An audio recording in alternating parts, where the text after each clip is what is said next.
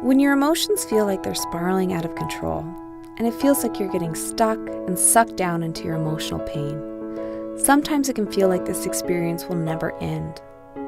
In these videos, we're going to introduce some skills you can use to change and ease your emotional pain.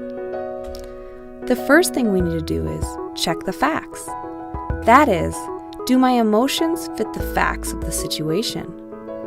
Most of the time, people react to our thoughts or our interpretations of an event rather than the facts, especially when it's an emotionally charged situation. Our emotion mind tends to take over, and we struggle to see past our own emotions and look at the situation as a whole.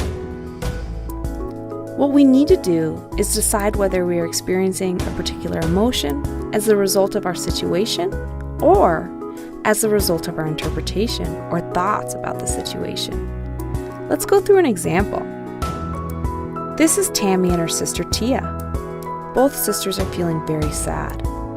Let's help them figure out whether their sadness fits the facts of the situation by checking whether their thoughts fit the facts. Tammy and Tia both just got dumped. When we look at Tia's thoughts, we see, I'm gonna miss having him around, and I'm lonely. When we look at Tammy's thoughts, we see she's thinking, no one could ever love me. I will never be good enough for anyone. I'm going to be alone forever, and the world's out to get me. Tia's thoughts do fit the facts of the situation. She does miss having him around, and she is lonely. But what about Tammy's? Does getting dumped really mean that no one could ever love her? No. But if you have those thoughts, it would make sense that you'd be super sad. Tammy is having what we would call thought distortions. Thought distortions are thinking errors that most people do, especially when emotion mind. Some common ones include black or white thinking, mental filter, fortune telling, and overgeneralizing.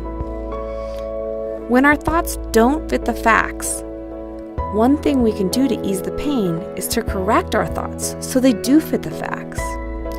So for Tammy, we might say, what is the evidence that no one could ever love you? What about all these other people in your life that love you? By staying descriptive of the situation, rather than falling into thinking errors, Tammy would think, my ex doesn't love me, but there's no evidence that no one could ever love me. She's probably still going to be sad, but by getting out of emotion mind and using wise mind to check the facts, her pain will be lessened. In our next video, we will talk about a skill you can use to change or ease your emotions when they do fit the facts or when it doesn't.